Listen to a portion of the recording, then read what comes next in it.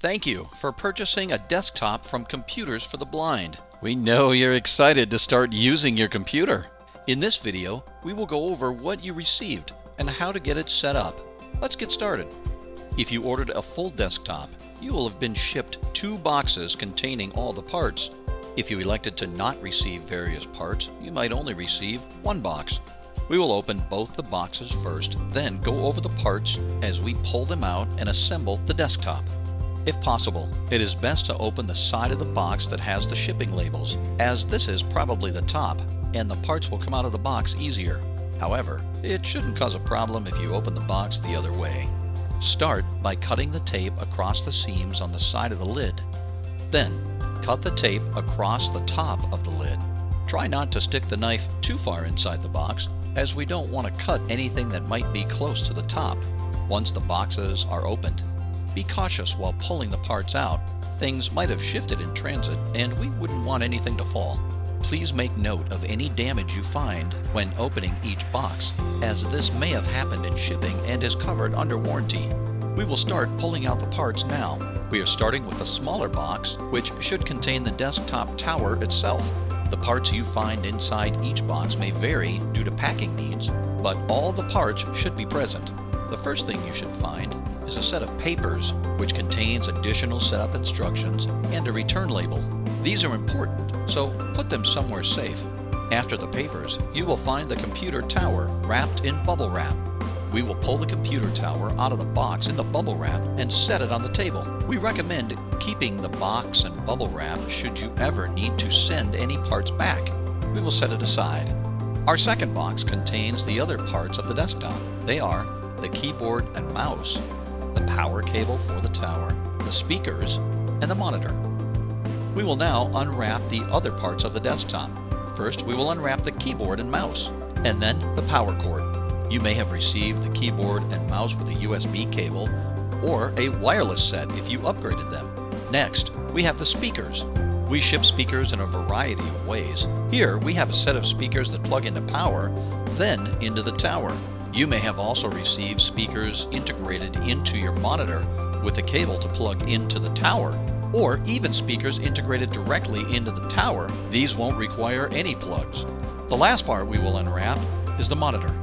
Be careful with the monitor, as it can be quite heavy and hard to work with. It is best to leave it lying on the table as you take off the bubble wrap. Normally, we ship the monitors with the power and the video cables left plugged into the back of the monitor, but you may also find those separate in the box with it. If you requested tactile stickers to identify the ports on the desktop, then you will have colored tactile stickers on the side of the desktop right at the back edge, as well as on the end of the cables to be plugged in. The shape and color of the stickers are not the same for every machine we ship, but each sticker on the tower will match one on the included cables. If you did not request tactile stickers, then you will match the shape of the plugs to the ports on the back of the tower.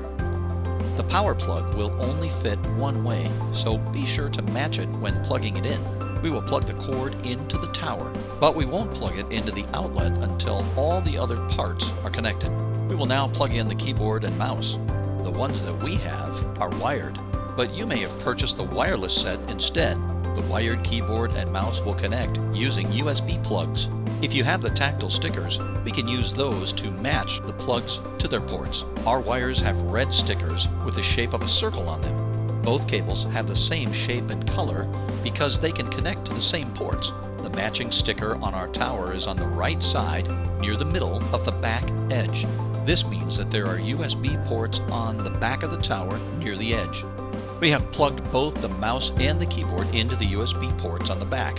If you did not request the tactile stickers, the USB ports are small rectangle ports. Match the plug on the end of the cable with the one on the front or back of your tower.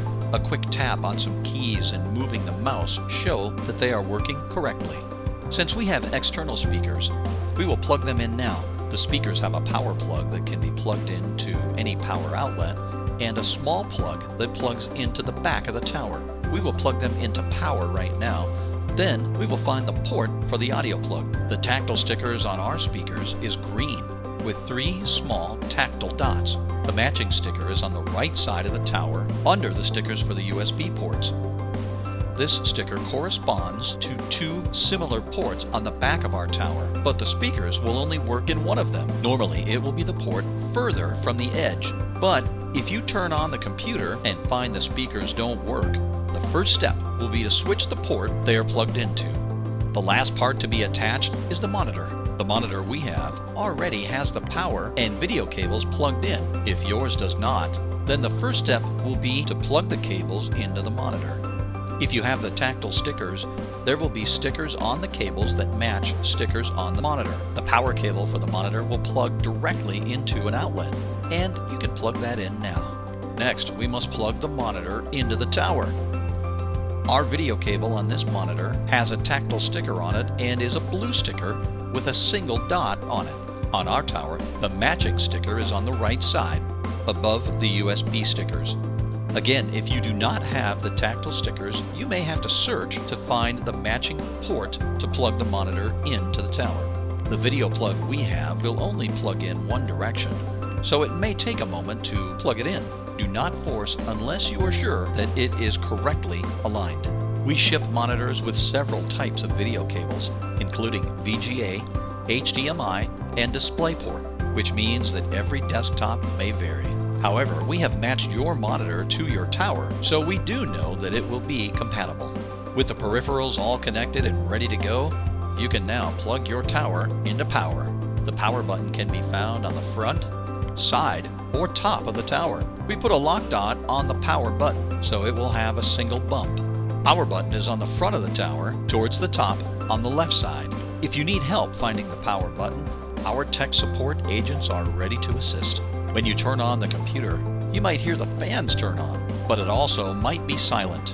It can take several minutes for the computer to turn on for the first time. You will know it is ready to go when JAWS announces itself, or when the screen shows the desktop with Zoom text running. In the rare case that your computer does not turn on after more than 5 minutes, there are some troubleshooting steps you can take. First, make sure the power cord is plugged firmly into the back of the tower and the power outlet. If it is loose, it might not provide any power. Second, make sure you pressed the correct power button. If there isn't a lock dot on the power button, there might be more than one button that you can press. Next, the computer might be on, but the monitor or speakers may not be plugged in correctly, meaning there isn't any audio or visual feedback. You can go back in this video to make sure those parts are plugged in correctly. If the computer still doesn't turn on, or if there is an error or another problem, we have tech support agents available to help resolve any issues. Your computer has a 1-year warranty, which covers problems such as this. If you purchase the Wi-Fi upgrade to your desktop, then that functionality will already be set up in the tower.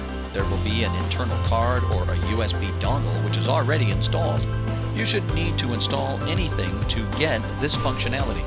Once the computer boots, you will be able to use the Windows network settings to connect to your Wi-Fi network. At this point, the desktop is fully assembled. All the parts have been tested to work, and the system is personalized to work for you when you turn it on. Enjoy your computer, and be sure to spread the word that they are available to others you may know. And once again, thank you for purchasing your computer from Computers for the Blind. Computers for the Blind would like to give a special thank you to our voice actor Jeff Bazer and our actress Mariela Mendez.